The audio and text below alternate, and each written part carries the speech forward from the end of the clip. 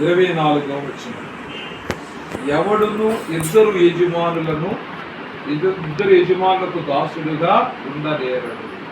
అతడు ఒకరిని ద్వేషించి ఒకరిని ప్రేమించును, లేదా ఒకరి పక్షముగా నుండి ఒకరిని తృణీకరించును. మీరు దేవునికిని సిరికిని దాసులుగా ఉండనేరరు. అందువలన నేను మీతో చెప్పున్నదేమనగా, ఏమి తిందుమా ఏమి త్రాగుదమా అని మీ ప్రాణమును గూర్చి అయినను, ఏమి ధరించుకుందుమా అని మీ దేహమును గూర్చి అయినను చింతపడకుడి. ఆహారము కంటే ప్రాణమును, వస్త్రము కంటే దేహమును గొప్పవి కావా? దేవుడి మాటలు దీవించును గాక. హల్లెలూయా, హల్లెలూయా. ఎవడును ఇద్దరు యజమానులకు దాసుడుగా ఉండనేరడు. ఈ రోజున భూమి మీద మన యొక్క జీవితం అండి ఎలా ఉందంటే, ఇక్కడ ఒక అడిగేస్తాం, ఇంకో చాట ఇంకో అడిగిస్తాం, ఇక్కడ ఒక మాట ఇస్తాం, ఇంకో చాట ఇంకో మాట ఇస్తాం. అంటే నిలకడ లేనటువంటి జీవితం అయిపోయింది మనుషుల యొక్క జీవితం, యథార్థత లేనటువంటి జీవితం అయిపోయింది. ఎందుకంటే పేరు చెప్పేసి నువ్వు జీవించున్న పేరు మాత్రమే ఉంది కానీ నువ్వు మృతుడివైన వాక్యం సెలవిస్తూ ఉన్నాడు ప్రభు. మరి ఈ రోజున మనం నేర్చుకోవాల్సింది ఏంటంటే, రెండు ద్విమనస్కులుగా ఉండకూడదు, రెండు మనసులు కలిగి ఉండకూడదు. ఈ రోజున క్రైస్తవ్యం మీద నింద మోపడానికి కానీ, క్రైస్తవుని చిన్న చూపుకోవడానికి కానీ కొంతమంది బలహీనైపోతున్నారు. చర్చికి వెళ్తారు, చర్చికి వెళ్ళి వచ్చిన తర్వాత ఆ కొద్దిసేపు పద్ధతిగా ఉంటారు, చర్చి నుంచి వచ్చిన తర్వాత వాళ్ళు ఇష్టానుసారంగా జీవిస్తూ ఉంటారు. అంటే ఈ రోజున క్రైస్తవ భక్తి ఎలా ఉండాలంటే చాలా యథార్థంగా ఉండాలి. యేసుప్రభు వారు ఏం చెప్తున్నారంటే, ఇద్దరు యజమానులు ఏ దాసుడు ఏ పనుడు కూడా ఇద్దరు దాసులకి పనిచేయడు కదా అని చెప్తున్నారు. అంటే మన పనికి ఒప్పుకుంటే ఇద్దరి దగ్గర చేయాలి, ఎవరో ఒక దగ్గరే చేయగలం. ఎందుకంటే ఉదయం నుంచి సాయంత్రం పని చేయరు. ఇప్పుడంటే గంటలో పని చేస్తున్నారు. ఇంతకుముందంటే వాళ్ళు ఏమైనా డబ్బులు తెచ్చుకుంటే ఆ డబ్బులు తీరినా కానీ ఎక్స్ట్రా డేస్ కూడా నెలల తరబడి సంవత్సరాల తరబడి పనులు చేయించుకునేవాళ్ళు.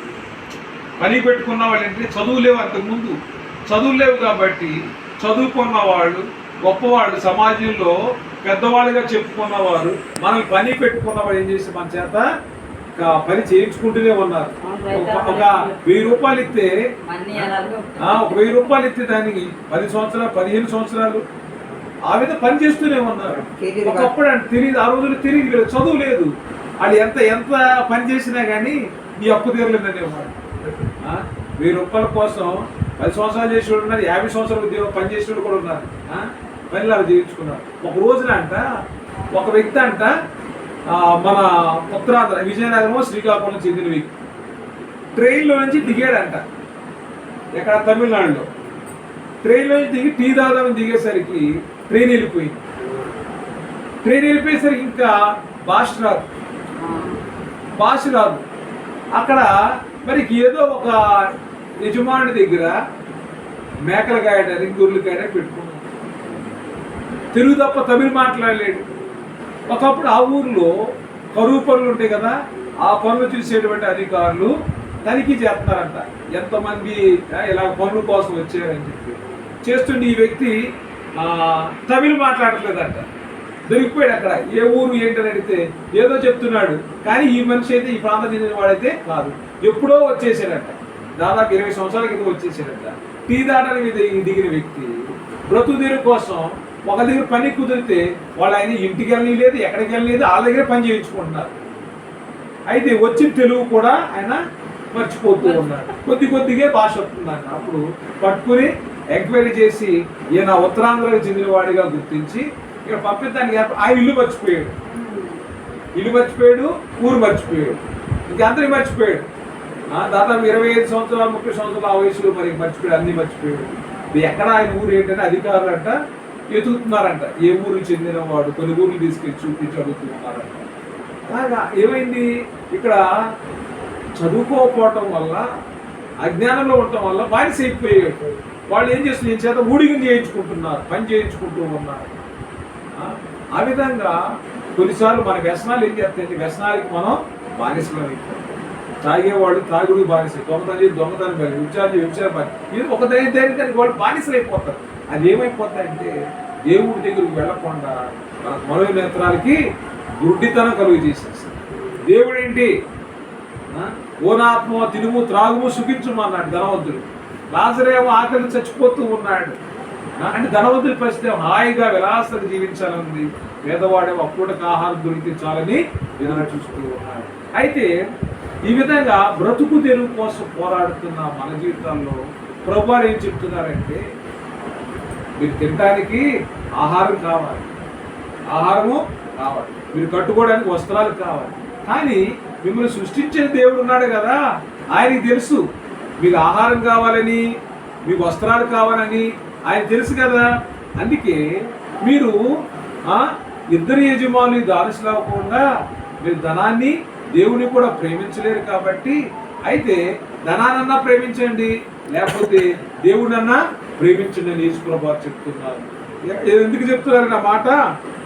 21వ వచనంలో చూసినట్లయితే, మత్తయి సువార్త 6:21 చూసినట్లయితే, నీ ధనము ఎక్కడ ఉండునో అక్కడే నీ హృదయము ఉండును. అంటే మనం కొన్నిసార్లు ప్రార్థనకి వెళ్ళినప్పుడు మన మనసు అంతా ఎక్కడ పని ఏదైనా మర్చిపోయి ఆ పని మీదే ఉండదు మనసు. అంటే ఇప్పుడు మనం ఎక్కడ అందరికీ చర్చిలో ఉన్న పేరు ఉంటుంది, కానీ మన మనసు అంతా దాని మీదే ఉంది. కాబట్టి అంటే న్యాయం చేయలేకపోతూ ఉన్నాం. మనం ఉన్నదానికి విలువ లేకుండా ఉంటున్నది. నీ ధనము ఎక్కడ ఉండునో అక్కడనే నీ హృదయము ఉండును. పరలోకమందు మీ కొరకు ధనము కూర్చుకొనుడి. ఎక్కడ ధనం కూర్చుకోమంటున్నారు? పరలోకమందు అండి. పరలోకం ధనం ఎలా కూర్చుకుంటామండి?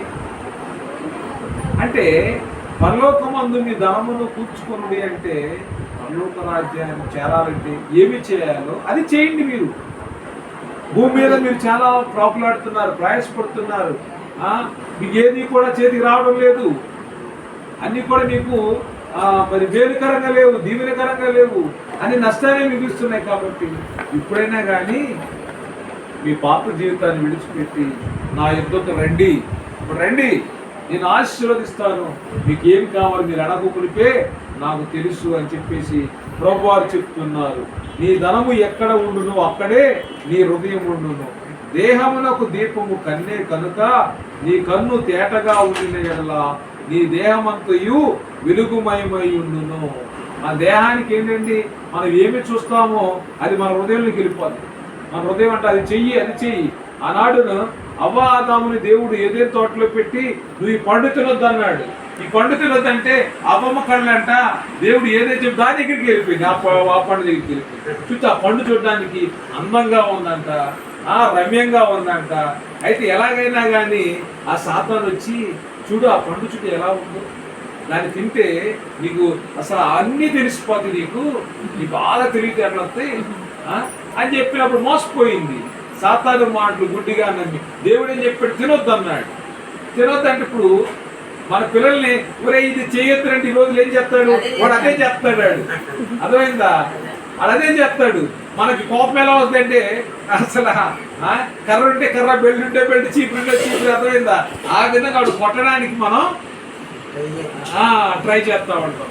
మన ప్రభు కూడా అదే చెప్పాడు, అమ్మా మీరు ఇక్కడ తోటలో ఉండండి, హాయిగా జీవించండి, కానీ ఆ చెట్టు పడి తినొద్దంటే ఇది అందంగా ఉండటం వల్ల సాతాను వచ్చి మాయ మాటలు చెప్పింది. చూడు ఆయన ఎందుకు తినొద్దానని తెలుసా, నువ్వు కూడా ఆయనలాగా అయిపోతావు, అందువల్ల నీకు కూడా అంత అధికారం అయిపోతావు, కాబట్టి నేను అన్ని తినొద్దన్నాడు. నువ్వు తిని అసలు ఎలా ఉంటుందో చూడు పరిస్థితి. అసలు సరే నమ్మేసి ఆమె తినటమే కాదు, తినేసిన తర్వాత తన భర్త అయినటువంటి ఆదాము కూడా ఇచ్చిందట. సో ఈయననే కానీ ఇప్పుడు ఈయనేమన్నాడు, ఆమె ఇచ్చింది నేను తిన్నానన్నాడు, తెలివిగా తప్పించుకున్నాడు. దేవుడు ఏమన్నాడు తెలుసా, నీకు బుద్ధి లేదా, ఆమె ఎక్కడి నుంచి వచ్చింది, నీలో నుంచి వచ్చింది కదా, అవ్వ ఎక్కడి నుంచి వచ్చింది, నీలో నుంచి వచ్చింది కదా, మరి నువ్వు ఆమె తింది, మరి నువ్వు తినకుండా ఆగాలి కదా. నువ్వు నిజంగా నువ్వు తినొద్దు అనుకుంటే నువ్వు తినకుండా ఆగాలి కదా. ఆ విత్తే తిన్నావు,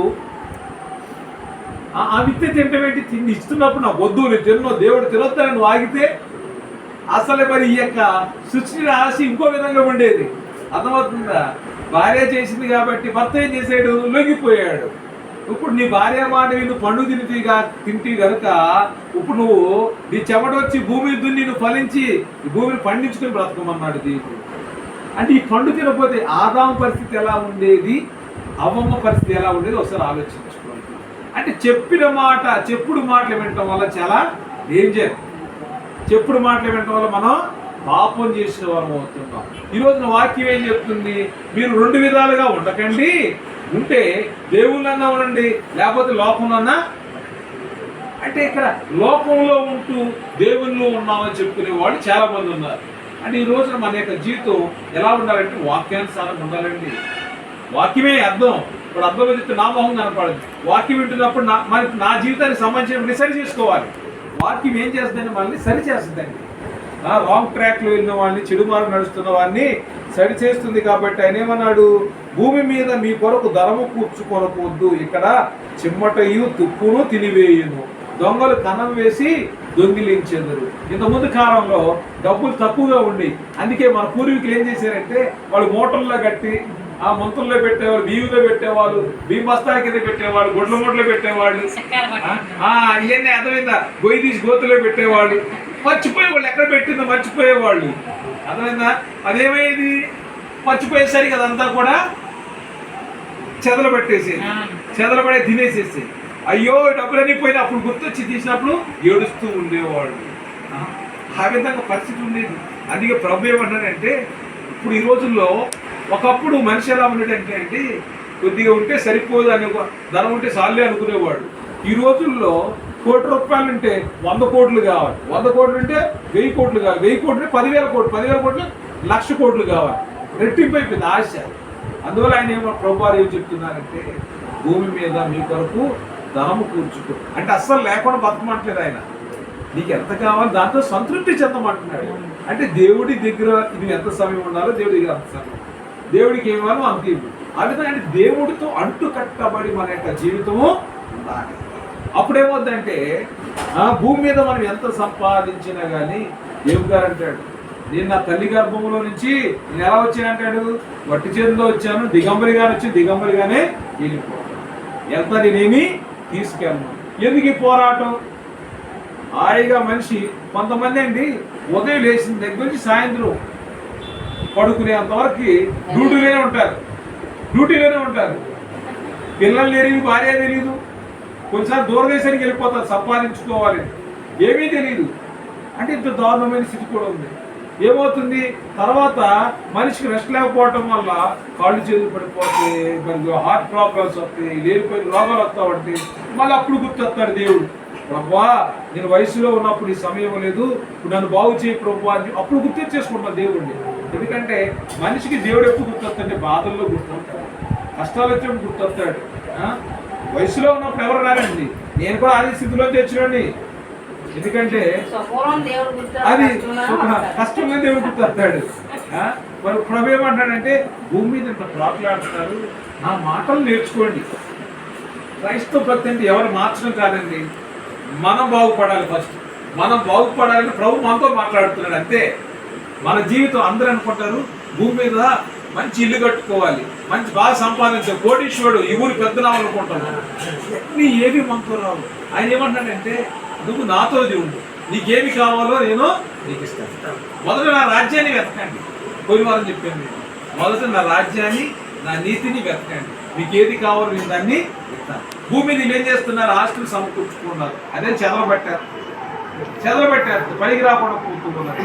అంటే పిల్లలకి ఈ రోజున మనం ఏమి నేర్పాలంటే తెలివితేట నేర్పాలండి. దేవుడిచ్చిన పిల్లలకి తెలివితేట నేర్పాలి. మనము ఎదుటి వాళ్ళ దగ్గర చేయి చాపని ఉండడానికి కష్టపడి పని చేసుకోవాలి. పని చేసుకున్నప్పుడు దేవుడితో కూడా మనము సంబంధము కలిగి ఉండాలి. దేవుడు లేకుండా ఎంత సంపాదించినా ఏది చేసినా వ్యర్థమేనండి. దేవుడు ఉండాలి మన జీవితంలో. అందుకే 24 గంటల్లో మనం కనీసం 1 గంటన్నా ప్రార్థన చేసేవాళ్ళుగా ఉండాలి. ప్రార్థనా జీవితం అనేది చాలా ఇంపార్టెంట్. ప్రార్థన లేకుండా, అందుకే ఆయన ఏమన్నానంటే, మీరు ధనాన్ని దైవాన్ని మీరు సేవించలేరు కాబట్టి మీ దేహానికి కన్ను కన్నే కనుక, నీ దేహంలో దీపం కన్నే కనుక నీ కన్ను తేటగా ఉండాలి. నువ్వు చూసేది ఎలా ఉండాలి? అవమలేగా మోసపోకూడదు, అది వాడు చూడు బిల్డింగ్ కట్టేసి, నేను కూడా బిల్డింగ్ కట్టేసి నువ్వు మోసపోయినట్టే. అవునా కాదా? సాధారణ మాటలు అవమ మోసపోయి అంటే ఇప్పుడు మన పోటీకి వెళ్ళకూడదు. నీ సమయం నువ్వు యథార్థంగా బతుకు, దేవుడు ఇచ్చేస్తాడు. దేవుడి స్తోత్రం. యథార్థవంతుల ప్రార్థన ఆయన తప్పనిసరిగా వింటాడు. దేవుడి స్తోత్రం. కాబట్టి ఈ రోజున మీరు దేవునికి సిరికి దాసులుగా ఉండలేరు. కాబట్టి నేను చెప్పేది ఏంటంటే, మీకు ఏం కావాలో మీ దేవుడికి మీరు అడగమునిపే తెలుసు. కాబట్టి మొదట మీ సమయాన్ని దేవుడికి ఇవ్వండి. దేవుని స్తోత్రం, హల్లెలూయా. ఉదయం లేచిన వెంటనే కొంతమంది టీ పెడతానికి వెళ్ళిపోతారు, అసలు ప్రార్థన కూడా ఉండదండి. బెడ్ మీద నుంచి లేవడం ఎక్కడికి వెళ్ళాలి? కిచెన్ లోకి వెళ్ళి టీ పెట్టాలి. అంటే ఈ విధంగా ఏమైందంటే, మనుషులు కొంతమంది దేవుడికి ఫస్ట్ లేవడం, మంచం మీద నుంచి లేవడమే దేవుడికి సమయం. 139వ కీర్తన అంటాడు ప్రభువారు, దావీదు గారు అంటారు, నా నడకను నా పడకను నువ్వు పరిశీలన చేసి ఉన్నావు అంటాడు. 139వ కీర్తన చూడండి. ఇక్కడ 139లో, నా నడకను నా పడకను నీవు పరిశీలన చేసి ఉన్నావు, నా చర్యలన్నింటినీ నీవు బాగుగా తెలుసుకుని ఉన్నావు. యెహోవా మాట నా నాలుకకు రాకమునిపే అది నీకు పూర్తిగా తెలిసి ఉన్నది. దేవునికి స్తోత్రం. మొదటి వచనం అంటాడు, యెహోవా నీవు నన్ను పరిశోధించి తెలుసుకొని ఉన్నావు, నేను కూర్చుండుట నేను లేచుట నీకు తెలియను, నాకు తలంపు పుట్టక మునిపే నీవు నా మనసు గ్రహించుచున్నావు. అంటే దేవుడు తలంపులు మన మనసులోకి రాకముందే ఆయన తెలుసుకుని ఉన్నాడు. అంటే ఇక్కడ మనం నడిచే మార్గం తెలుసు, మనం తీసుకునే నిర్ణయాలు తెలుసు, ఆయనకి అని తెలుసు, మనం మాట్లాడే మాటలు కూడా ఆయన తెలుసు. కాబట్టి ఇప్పుడు ఆయనకి మరుగైనది ఏది కూడా ఏది లేదు, ఆయనకు అన్ని కూడా తెలిసి. అందుకే దావీదు భక్తుడు అంటాడు, 139:24 వచ్చింది, నీకు ఆయాసకరమైన మార్గము నా యందు ఉన్నదేమో చూడుము, నిత్య మార్గమున నన్ను నడిపించమంటాడు. నీకేమైనా అసహ్యం కలిగించే విధానం నాలో ఏముందేమో దాన్ని పరిశోధించి చూడు నాయనా. మరి లేదు రాంగ్ ట్రాక్ అయితే, తప్పుడు మార్గం అయితే నన్ను సరిచేయండి, ఇప్పుడు నన్ను నిత్య మార్గమున నన్ను నడిపించు అంటున్నాడు. దేవుని స్తోత్రం. నీవు నన్ను ఏ మార్గంలో నడిపిస్తావో, ఏ దారిలో నడిచినా నడిపి నీ వెంట నేను వస్తానన్నాడు. రాజాని శైలి పాడే కదా. ఆ విధంగా దేవుడు మనకైతే అన్ని వేళ కూడా తోడుగా ఉండి నడిపిస్తూ ఉన్నాడు. మొదట దేవుడిని వెతకాలి. దేవుడికి ఎప్పుడైతే మనం ప్రథమ స్థానం ఇస్తామో అన్నిట్లో దేవుడే ఉంటాడు. ఎవరో ఎదురొస్తే ఏమీ జరగదు. అదేవిధంగా ఏ పెద్దమ్మో ఏ పిల్లోడు ఎదురొస్తే ఏమీ జరగదు, దేవుడు ఎదురుంటాడు. నీ మీద అర్థమైందా? నీ పక్షము యుద్ధము చేయువాడు నీ దేవుడైనా యెహోవాయే. దేవుని స్తోత్రం. ఇజ్రాయేల్ ప్రజలు వస్తుంటే ప్రభు ఏం చెప్పాడంటే, భవిష్యత్తు ప్రభా వీళ్ళందరూ నా మీద గొడవ చేసేస్తున్నారు, ఎర్ర భరోసా ముందు ఎర్ర సముద్రం ఏంటి ప్రభా అంటే, మీరు ఊరకనే ఉండండి. ఏమి జరుగుతుందో మీరు ఊరకనే ఉండి చూడండి. ఆయన కార్యాలు అంత గొప్పవండి. మనం నుంచుని ఆయన కార్యాలని చూసేవారి కావాలి. మన దేహానికి దీపము కన్ను కనుక ఈ కన్ను ఆయన్ని తేటగా చూడాలి, ఆయన ముఖ దర్శనం చేయాలి. మన ప్రార్థనలో ఆయన ముఖ దర్శనం చేసినప్పుడు దేవుడు తప్పనిసరిగా ఈ యొక్క ప్రత్యేక అవసరమును తీరుస్తాడు. కాబట్టి ముందు ఆయన రాజ్యాన్ని వెతుకుతాం, ఆయన వాక్యాన్ని వెతుకుతాం, ఆయన సన్నిధిని వెతుకుతాం. ఆయన వాక్యం ఎక్కడ అందుతుందో పరుగులిద్దాం, వాక్యం నేర్చుకుందాం, వాక్యానుసారంగా మన యొక్క జీవితాలు కట్టుకుందాం, మన పిల్లల జీవితాలు కడదాం. ఈ రోజున మనం కట్టినటువంటి ఆ మందిరాలు, పెద్ద పెద్ద బిల్డింగ్లో దేవుడు ఉండడండి, పెద్ద పెద్ద గోపురాల్లో దేవుడు ఉండడు. ఎక్కడ నీ యొక్క హృదయములో ఉంటాడు. దేవునికి స్తోత్రం. హల్లెలూయా, హల్లెలూయా. నీ హృదయమే దేవుని యొక్క ఆలయము. అంటే నువ్వే దేవుడికి ఆలయానివి. కాబట్టి ఈ రోజున దేవుడు నీలో ఉంటే ఇంకా అసలు నువ్వు ఇల్లు కట్టుకోవాల్సిన అవసరం లేదు. నీ హృదయమే దేవుని యొక్క ఆలయం. అంటే నువ్వు దేవుడికే గుడి అయిపోయితే ఇంకా నీకు ఏ ఆలయం కావాలి, నీకే ఇల్లు కావాలి? అందుకే ఆయన రాజ్యాన్ని, ఆయన నీతిని వెతికినప్పుడు దేవుడు మన యొక్క ప్రతి అవసరమును, ప్రతి కార్యమును జరిగిస్తూ ఉన్నాడు. దేవుని నామానికి మహిమ కలుగును గాక. హల్లెలూయా, హల్లెలూయా, హల్లెలూయా. ఈ రోజున దేవుడు మన యొక్క ప్రతి అవసరం చూస్తున్నాడు, ప్రతి ఒక్క సమస్యను చూస్తున్నాడు, కుటుంబ పరిస్థితులు చూస్తూ ఉన్నాడు. ఈ రోజున మన పక్షాన ఆయన కార్యములు జరిగించడానికి సిద్ధంగా ఉన్నాడు. మరి మనం సిద్ధంగా ఉండాలి. కాబట్టి దేవుని వెతుకుదాం, దేవుని బిడ్డలుగా ఉండి ఆయన నిత్య రాజ్యములో నిత్య మార్గములు నడిపించమని అడుగుతాం. ఎందుకంటే దేవుడికి ఆయుష్ను కలిగించేటువంటి ఏ యొక్క ఆలోచన ఉన్నా, ఏ కార్యం ఉన్నా తీసివేసి మన హృదయాన్ని పరిశుద్ధంగా దేవుడికి సమర్పించుకుందాం. నిత్య మార్గములు పరలోకానికి అనేమన్నాడు, నేనే సత్యం జీవం మార్గము అన్నారు. అంటే నేను లేకుండా గొర్రెలు ప్రవేశించు ద్వారము నేనే అన్నాడు. అంటే పరలోక రాజ్యం వెళ్ళాలంటే మార్గం ఎవరు? యేసు ప్రభువు. ఆయన లేకుండా పరలోక రాజ్యం మనం వెళ్ళలేము. ఆయన ఎలా వస్తాడంటే మనకు రక్షణ పొందటం వల్ల యేసు ప్రభువారు మనలోనికి వస్తాడు. అది రక్షణ పొందినవాడు ఆయన రక్షణ పొందినవాడు ఆయన గుండా ప్రవేశిస్తాడు. ద్వారము ఆ యొక్క గేట్ ఉంది, గేట్ వేసి నేను బయటకు వెళ్ళలేదు. మీ ఇంట్లోకి మండిపోవాల్సిందే, నేను మీకు తలుపు తీసేంత వరకు తీసేరనుకోండి వెళ్ళగలను. అంటే పరలోకం వెళ్ళాలంటే యేసు ప్రభువారే ద్వారం. అర్థమైందా? ఆయన లేకుండా నువ్వు పరలోక రాజ్యంలో ప్రవేశించలేవు. కాబట్టి రక్షణ పొందిన రక్షణ పొందాల్సిన మీరు ఏం చేయాలంటే దేవుని మన యొక్క హృదయంలో కలిగి మనం జీవించినట్లయితే పరలోక రాజ్యంలో ప్రవేశిస్తాం. మన జీవితాలు బాగుంటాయి, మన పిల్లలు బాగుంటారు, మన కుటుంబాలు బాగుంటాయి, మనకు ఆరోగ్యం బాగుంటుంది. దేవుడి మాటలు దీవించి మనలను మన కుటుంబాన్ని దీవించి కాపాడుగాక. అందరి వందనాలు.